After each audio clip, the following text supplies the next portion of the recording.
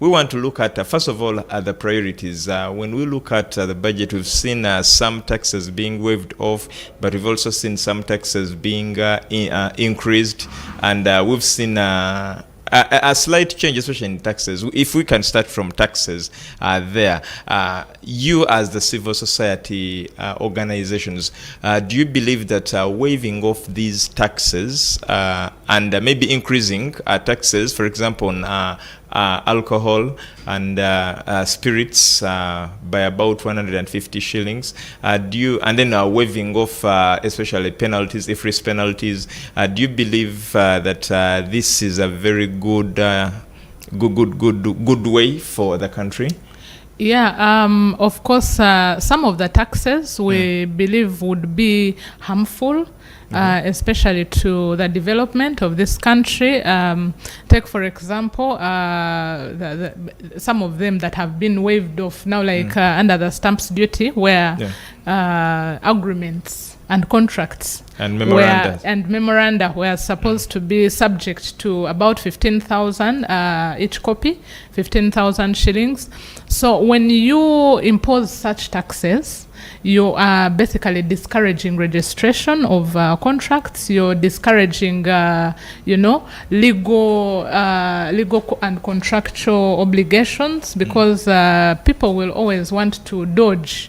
They'll always want to dodge and see how they circumvent their way. So in that way, you're basically discouraging people from entering into formal transactions and etc. And so that would definitely increase, the level of buffere, for lack of a better word. And so that would, in a way, discourage the private sector, but also other actors, private, public, and etc. So waiving some of the taxes, we see that waiving them off is the way to go. And I want to believe that they are being waived because government has seen that they have not benefited much. They haven't been beneficial, and so you just put them aside. Yeah, but we also appreciate that government is obliged to generate revenue to finance the budget, and so that is why, of course, some of the taxes must be introduced. Okay. Yes. Now, talking about what is the talk of town, and that is replacing a tin with a nin.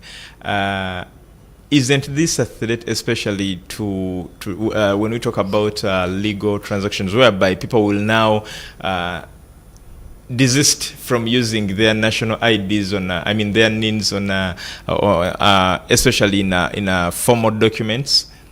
No, the beauty is that most of these, especially now, like government agencies, this helps them to link, to work in a more organized way, to work, because when you have when you are using your tin, and then that tin is basically attached to you. So if it is URA, because we believe that the government agencies are going to be working together. So if you go to URA, it is the same NIN, the same tin. The same NIN. You go to URSB, you are the same individual, and so it helps to in encouraging or making people accountable. You will not dodge your taxes if you go to URSB, if you go to URA, if you go to whichever. You will find that you are the same individual, and that is quite helpful for government to be able to trace and avoid duplications, but also avoid people that will want to dodge, and hide. So I think that would be a good way forward for government, and indeed it is encouraged that the national document captures, an individual, a business or an organization, basically an individual, in the same way for all the institutions. Okay. Yes. Now that is for the teen and nin. You know, that sparked a lot of reactions. People are like, people aged 16 years, because URA believes that the time you register for a teen, then you're eligible to pay tax. So someone is like, now someone gets a nin. How are they going to differentiate between someone who is now eligible to pay tax and someone who is not? So I think that is all unclear, or probably where you are a request for a pay as you earn. A teen for pay as you earn, then you'll have to submit your nin. Probably that is the track. But let us look at the priorities in this budget, especially in line with the priorities of the Wananchi, because the Wananchi, their focus is on infrastructure like roads, and then people their hearts are just healing from the EPS that was suspended last evening. But what are some of the the priorities in this budget of 2025-2026? Thank you. Well, as I come to the priorities, just very briefly to mention that still back to the nin and tin talk, is that I don't think they will witch hunt anyone or expect someone with a nin number to pay tax. I think your transactions, for as long as you enter into a transaction, then that is going to be seen and traced, and then rightly the tax collector will come for you. Yes. Only when you're into a transaction. Only when you're into transactions and those that attract taxes or tax obligations. So when I look at the budget and the priorities of the citizens or the country, of course, as always, I think there is a mismatch. And one of the reasons is because we have not been well disciplined as a country in the way we spend our resources or manage our resources. And so that has had an impact on our revenues. It has had an impact on our budget, and it has forced us into more and more borrowing. But even as we borrow, we don't seem to borrow prudently or responsibly, and that is why we are where we are. Take an example. We have a budget, or the minister will later today announce a budget of about 72 trillion shillings for the coming financial year.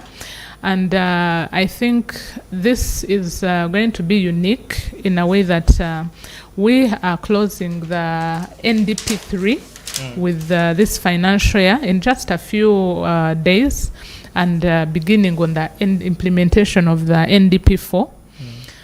And we are also moving into quite an interesting period, which is the election season.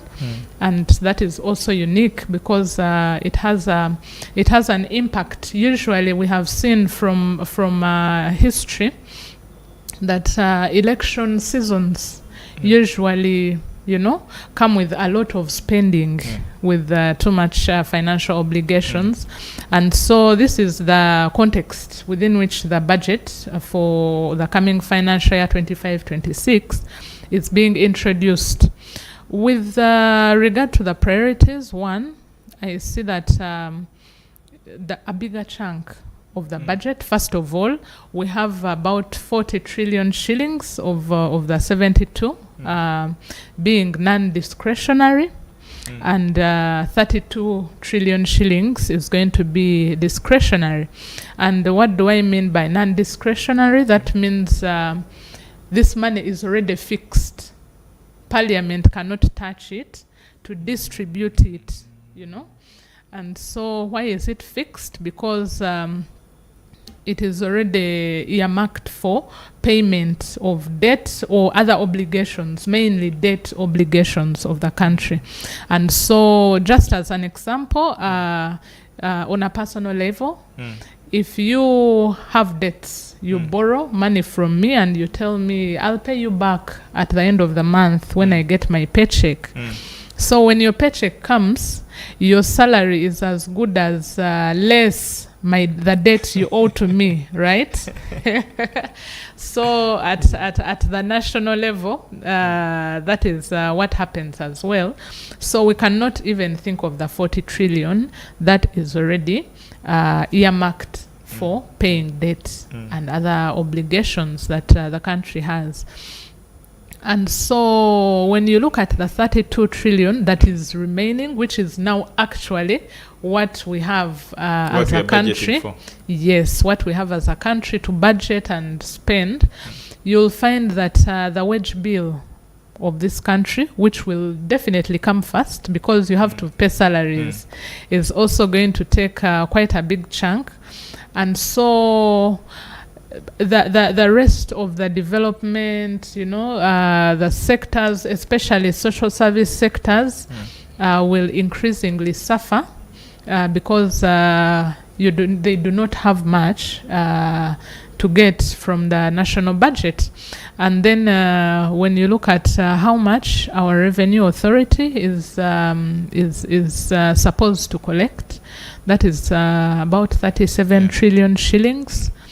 That definitely would not be enough to finance this financial year's budget because, like we know, both you and me, debt payment always takes the first call on our revenues. So if URA is raising 37 trillion and then debt service or debt payments is almost 30 trillion, about 29 trillion on this budget alone.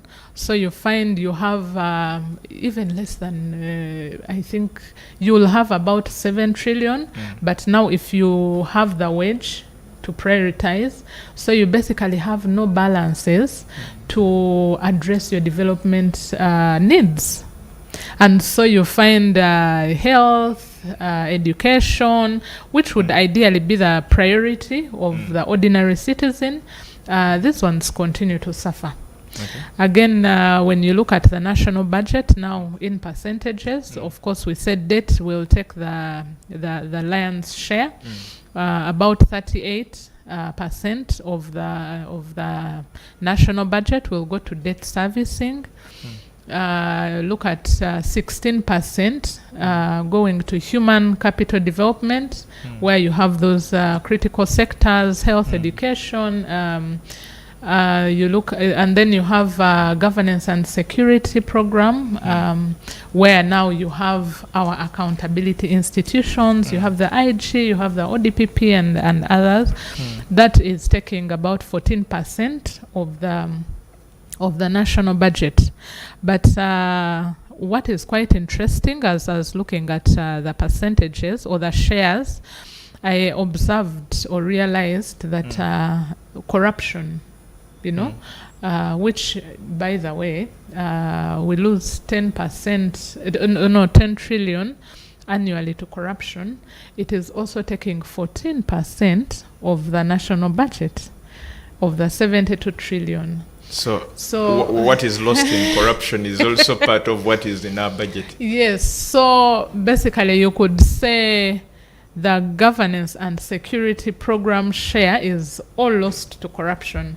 And that is the third from the top in as far as allocations are concerned. So you realize that the country is losing a lot and we are not gaining much. And so I do not see this budget giving us so much hope.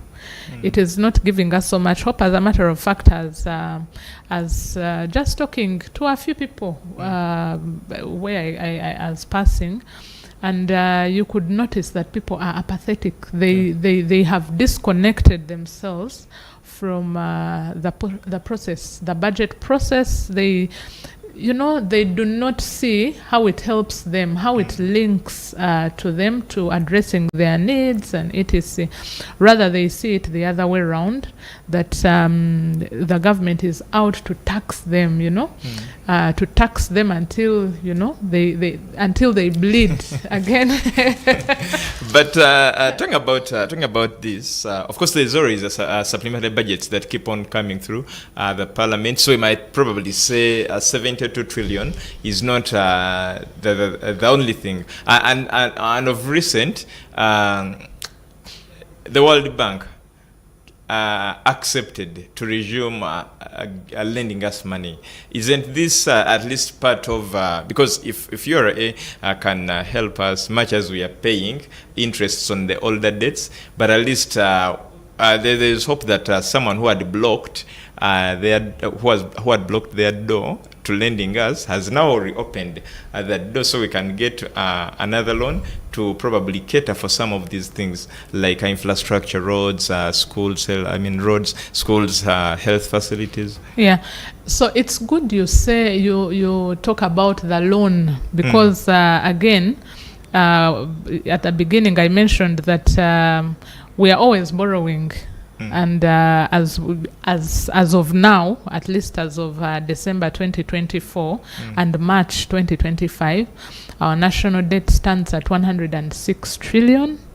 And the past practice really has shown that we always borrow. We always borrow, but how do we manage the borrowed resources? Because like you properly mentioned, these are loans. And they must be paid back. They have interest on them and the principal. And so for us to be able to pay them off well and ensure that they benefit our population or they benefit us in development, we must use them productively and be able to recoup what is going to be paid back. But practice has shown that we have been careless, one, in the way we borrow. One, we increasingly have taken on commercial loans. Of course, we know government always promises we're going to reduce commercial borrowing and have it only for, investments that have a high return. But we are yet to see this come through. And so the habits of our country, that does not even bring hope. When you say that the lenders are now opening their window to lend again to Uganda, that does not bring hope, because again, if you look at the ordinary citizen, how is that going to help him? It would help if this loan that is acquired is used productively. The same World Bank some time back, I think in 2016, but also later the information has been corroborated, especially by government, Ministry of Finance, that investing $1 in Uganda's infrastructure development generates about 7/10 of that dollar, less than what you invested. And yet elsewhere, this is different. You invest $1 and then you generate about $2 worth. But you invest $1 in Uganda and you generate less than you invested. So what does this mean?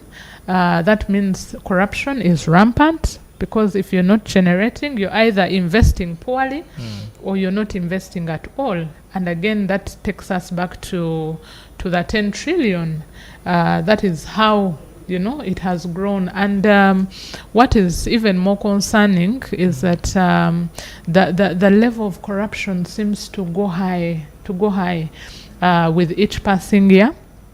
We are going to the election season, and it is very synonymous with corruption. In fact, election seasons seem to bring to the fore the fact that corruption is now embraced and widely accepted by society in Uganda, and yet this should not be. And so I think we need to show the population the linkage between this corruption, the bribery and etc., and then their livelihood. Okay. Still talking about in this budget, you realize that taxes, especially on imports, has been raised and reduced on locally produced goods. Isn't this a way of? Is this one of the ways the government is using, especially to promote domestic manufacture industry? Yeah, ideally, reducing taxes on exports and slapping higher taxes on imports would mean that you're promoting development, you're promoting Bubu, if I should call it that, by Uganda, build Uganda. But then again, at the end of the day, you want, before you strengthen some of these measures, you want to be sure that the quality that you're producing is worth, is worth it, that it will have the market that you want. Otherwise, you might end up losing out so much. So, and again, that takes us back to how much are you promoting the private sector to improve themselves, to improve the quality that they are producing. Again, you will find that increasingly, because now it is becoming very expensive for government to borrow externally. And so it usually resorts to domestic borrowing. Now, when you do a lot of domestic borrowing, you're crowding out the private sector. You're reducing their chances of accessing credit that they would, access cheaply and then improve their products. But when you do that, then you're weakening the private sector, you're weakening the quality, and then again, like we always see, the domestic areas are always, the bill is always, growing on the side of government. Government accumulates quite a high domestic areas bill, and then we see them providing very, very little, close to nothing, in as far as repaying or paying these areas. And so all these practices discourage or weaken the private sector. So I actually want to see, as the minister reads out the budget, I want to look out for how is government prioritizing or supporting the private sector to grow and then, catapult our development, because we are told, at least our growth or our development is private sector led. Yeah, in fact, one of the strategies that government is employing is the tenfold growth strategy. You've heard of that. Moving from about $50 billion to $500 billion in the next 10 years.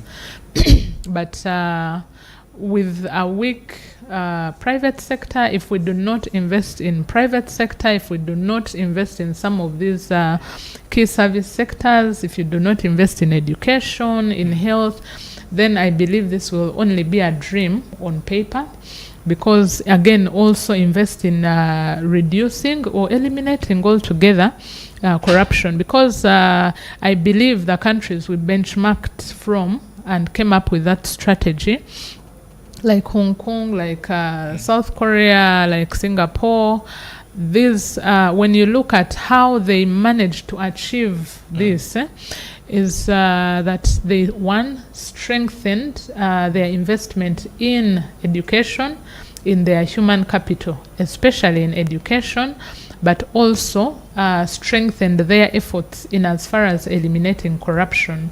So when you look at the state of education in Uganda, the Human Capital Index, for example, says that a child born in Uganda in 2020 will live to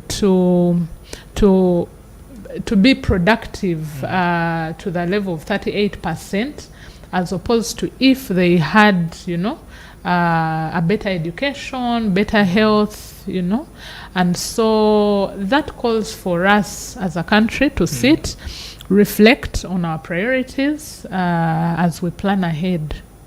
So this budget focuses majorly on 4 aspects, and one of them is actually agribusiness, the other is tourism, and the other is I think manufacturing, and then science and technology. But do you believe that with this, through this strategy, we can raise the funds that can finance our budget if these are the priorities that the budget is focusing on: agribusiness, tourism, manufacturing, and then science and technology? Yes, and one, I believe there is no, a single strategy that is going to take you to where you want. You have to invest in quite a number of areas for you to get to where you want. Those are good strategies. But then again, when you look at invest in science and technology, I would want to see investment in education holistically, because you're looking at the human capital of this country. And so when you single out, certain sector or a part of the whole, then that might not help us so much. You look at the population, the percentage of the population that is going to be involved in that specific area or specific sector, and then compare it with the investment that you're making, for example, in science and technology. And we have seen the country focus so much on sciences. Previously, we have seen how the remunerations have been increased. And the humanities teachers on strike. Exactly. So you'll usually have such things, but I believe, or my recommendation would be, focus on the whole sector. Holistically. There is so much you can also benefit if you focus on the sector, on the education as a sector. That is part of human capital development. Agriculture, well, that is our mainstay as a country, and so investing in agriculture, smart investment in agriculture, and that is if you do not have corruption, if you deal with all this corruption. So again, whichever priorities, I think, depending on the plan, on the strategy, can potentially lead to development, but the only limitation that I see for us as a country is that we seem to get so many resources and keep putting into a leaking basket. And so unless we plug those holes, unless we plug those, those loopholes where we have leakages, I do not see us going so far, because we will have these good plans, we'll have these good strategies, and we'll show how, how they can work, how they, but unless we are firm and strong on leakages, then I do not think we will gain much, because I'm telling you, 10 trillion is so much. We've already seen it is taking third place on the national cake, and recouping, we are able to recoup about less than 1%. Less than 1 trillion of that is collected or brought back by all the agencies, all the anti-corruption agencies combined. And so it is so easy to lose this, but generating it is so hard. We recently had the RAPEX, the rationalization of public agencies, where government hoped to save about 1 trillion. But how much have we generated so far? Now, the last time I checked, Parliament was saying at least if we can get about 400 billion. So you see, once you lose this money, it is not easy to generate it, to get it back. Yeah. So I think our efforts first and foremost, even as we plan, even as we budget and provide for resources, which majorly we are going to borrow, because we will borrow to finance our budget. We are always doing that. It is also prudent and important that we address the corruption that is the runaway corruption, the rampant corruption that is eating up our country. Okay. Now, talking about corruption, I know civil society, you've come out, you've spoken about corruption, but your messages seem to fall on a deaf ear. So, what next? What should we do now that probably we are not doing, that we should do to see that we don't lose close to 20 trillion anymore in corruption? One, we can only, how I wish, as civil society, as citizens, well, for CSOs, we are only watchdogs, We are watchdogs, we complement government, but we cannot replace government, we cannot force government to do otherwise. So we basically do advocacy, and there are quite a number of ways of doing this advocacy. It can be confrontational. You can decide to take to the street and have those erratic measures, or you can sit on a round table with the powers that be, with the various institutions, and then you dialogue. You have dialogue. But you can also decide to go out to the citizenry. So yes, our plea, our advocacy against corruption seems to fall on deaf ears. But sometimes, well, that is the bigger picture. But I believe that there is that percentage that is successful. There is that percentage that civil society has contributed to in as far as advocating against corruption, and then this has been addressed. The corrupt have been apprehended, resources have been recovered, and etc. So what we seem to see mainly is the grand corruption, the corruption that involves high-ranking officials, especially in government, public institutions, and etc. And increasingly, we also see some of these institutions, the agencies, ministries, and departments in government that are responsible for fighting corruption coming out. They are coming out. They are doing their job. They are trying, most of them. They do come out. They, apprehend the corrupt. They basically implement their mandate.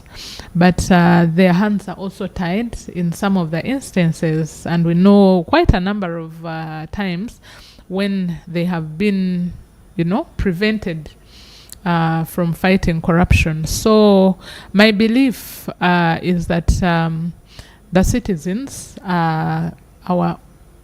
should I call it, it's not the only hope, but would be the main strategy if we target the citizenry, because we know the power of many as opposed to the power of one. Our constitution tells us all power belongs to the people, but it cannot belong to you when you won. You can only be powerful when you have the numbers. And so this is a good time. I wouldn't be discouraged, first of all, because I know this is not a fight for the faint-hearted. Chasing corruption or eliminating corruption is not a one day's, success or achievement.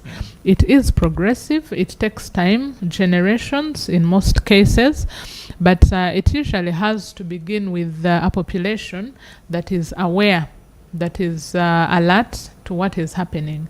And so one of the reasons, the greatest reasons, I think, in my view, as to why the fight has not been very successful. It has been successful, but not to a large extent. And that is because the citizenry are not very active They have not taken an active role in fighting corruption. Rather, we see them taking an active role in promoting corruption. Oh. Yes. Again, when you come to the election period, that is where you see some of these glaring instances. It becomes so public that votes have to be bought. And so it gets back to, can we raise the awareness of our citizens? Can we link them so much to the effect of their act in promoting corruption and show them that giving a vote, for example, to a leader or a member of parliament, whoever has been voted, because they have given you a bribe, is so much linked to that failing healthcare system or the failing education system that is now harming them, that is detrimental to their well-being. If someone, if your MP comes and gives you a packet of salt, even if they give you a vehicle, even if they give you anything in exchange for that vote, and then you vote them in the first place because you engaged in that act of corruption, you do not expect this MP or leader to go back and then look out for your interests. But also if maybe the following year you go to a health center and there's no medicine and the doctor cannot treat you because you're not paying money, then it is because you paid the other bribe that you're suffering, because your leaders, the leaders you vote into power, are the ones as good as you.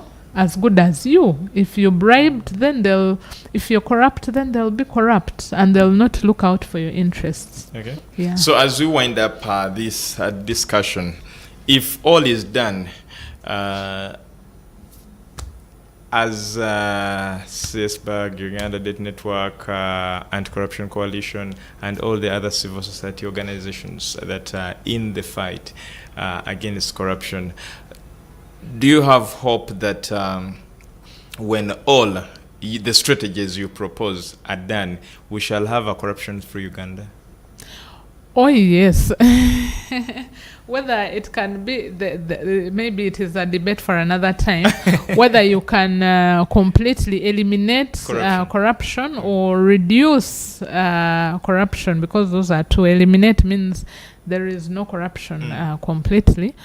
But, the main strategy, I believe, of course, like I earlier said, there's no one key or one strategy that will catapult you to where you want to be. But if we are prudent in our borrowing, borrow only when you must, and invest or apply the borrowed resources to what you borrowed them for. 2, make sure you address corruption, grab corruption by the horns, because as you bring in the resources, as you raise the revenues, there is something that is pulling them out, and that is corruption. So without addressing corruption, I'm afraid we will not go far in as far as development. If we are still losing 10 trillion to corruption every year, if we are still losing 1.8 trillion to corruption in education only every year, then I think we still need to do so much. We still need to do so much. So I think, there are quite a number of strategies. Engage the citizens, engage the institutions, but also appeal to the powers that be, that let the institutions be independent and carry out their mandates.